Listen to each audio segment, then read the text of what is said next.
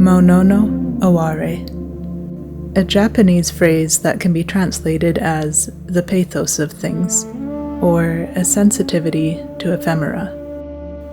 It represents the feeling of a deep emotional connection to the world, with a gentle sadness in the acknowledgement of the impermanence of life, the transient nature of all things. Yet the phrase meaning also embodies a profound and wistful appreciation and even celebration of the beauty in these fleeting moments, made only more precious by this bittersweet awareness.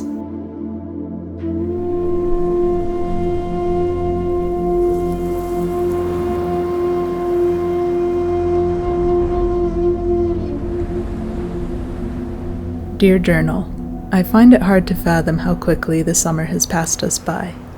Even the autumn leaves have already reached their prime, and will soon be gone. I can smell winter on the air, the cold crispness, the promise of snow on the horizon, ready to overtake the mountains again before we know it. I feel so far behind, not just in work and life, but in my appreciation of life, as though no matter what I do, I can't seem to fully find the sufficient time to really enjoy these seasons. I'm not ready to let go of summer, and I'm definitely not ready to let go of autumn, my favorite season of all, yet by far the most fleeting. But unready as I feel, I'm reminded there's nothing I can do but accept. There is no stopping the time.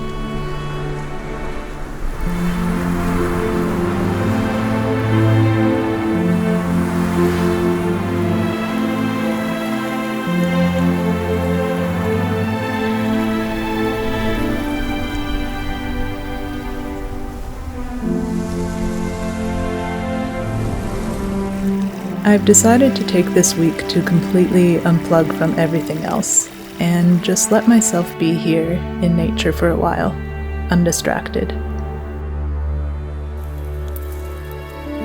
I want to appreciate the changing of the landscapes, and to study and admire the animals as they prepare for another long winter.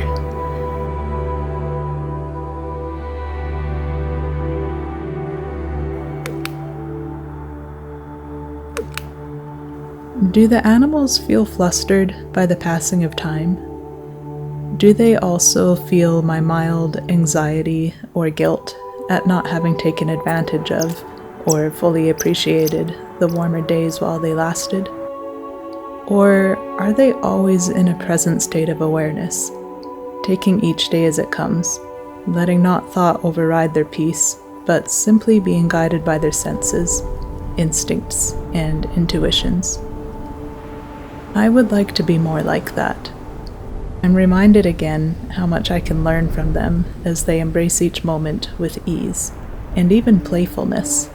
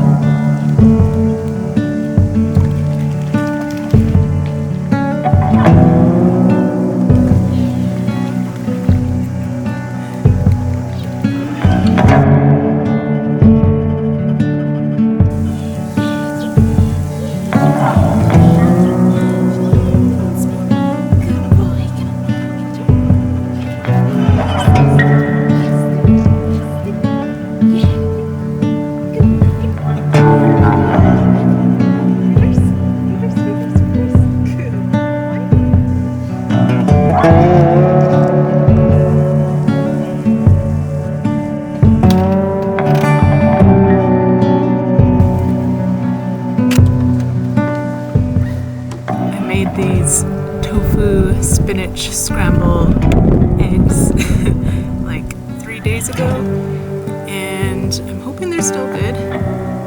I haven't exactly been refrigerating my food because I don't have a refrigerator in my car, but it has been super cold during the night, so hopefully it's good enough. I don't have much food left otherwise, so tofu scrambled eggs, yum. Still tastes good. Want some?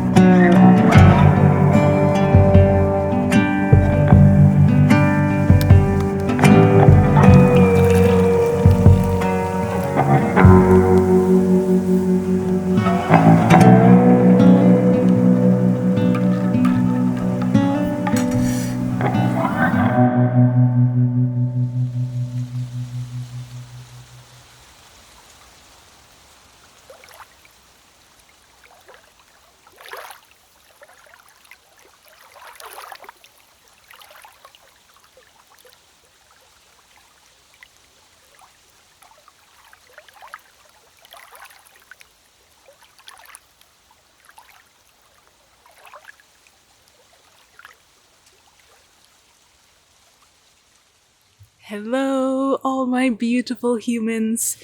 Cheers to, if I can reach, cheers to you on this beautiful, beautiful, sun-shining autumn day. This is maybe the most glorious day we've had yet so far this fall. And I figured now is probably as good a time as any to have a little catch-up session, since it's been several months, I think, since I last updated you all on what I've been up to. So welcome back. Where should I even begin? I feel like a lot has happened over the summer, or spring and summer since my last video, but I also kind of feel like not much has happened at all. I've had a pretty slow, soft summer, which has been really nice. I was planning to make quite a few video journal type things throughout the summer, but I think I was enjoying my slow, soft season a little too much because I did hardly any video or photography work at all, which part of me feels a little guilty for not trying to be productive and creating beautiful things like I had planned. But I think ultimately my body and brain wanted to take that time to let my nervous system settle down after a pretty busy first half of the year and beginning of summer. So you might be wondering where my partner Chris is. He, at the start of summer, got his dream job working on board Cork expeditions, sailing all over the Arctic, being the photo guide for basically the entire summer and part of fall, and in Antarctica for the first half of winter as well.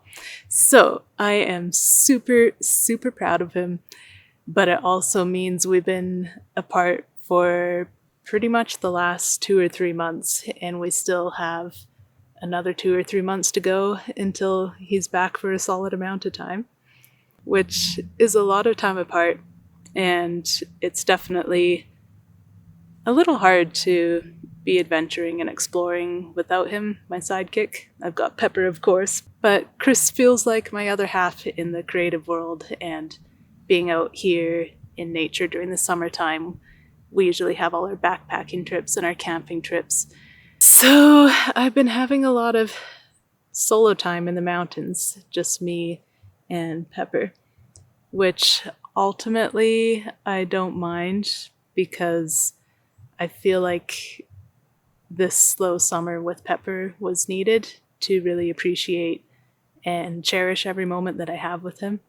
In the spring, Pepper was going through some pretty severe health issues, which he's never had before. We've been very lucky. But he turned 14 this summer, and earlier this spring, he really slowed down dramatically.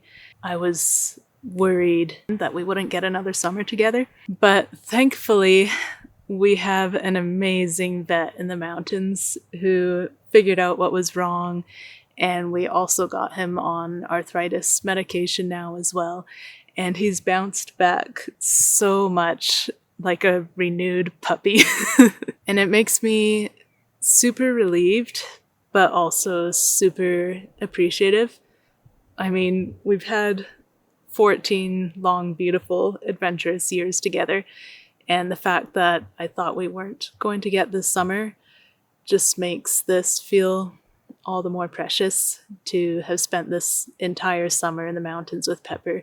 No travels planned, no huge expeditions, just living a slow life and getting in some little hikes with my best friend.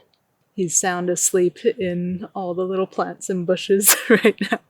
He's been so sleepy this year, which is really cute. He's going a little senile too, but it's kind of adorable. Oh, did you hear me talking about you? He just woke up and he's looking around, looking a little lost. You want to come here?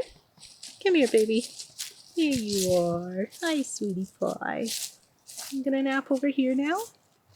Okay. Ooh, my love. So yeah, it's been a long, slow, and very relaxed, peaceful summer. And I am missing Chris a lot, but I'm so proud of him, and I know we have many more adventures ahead of us when he's back.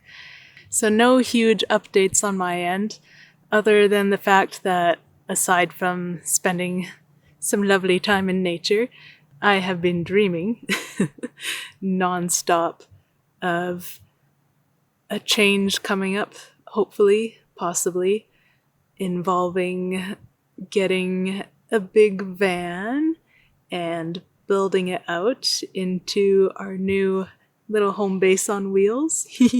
I think you've all heard me talk a little bit about my dream of van life.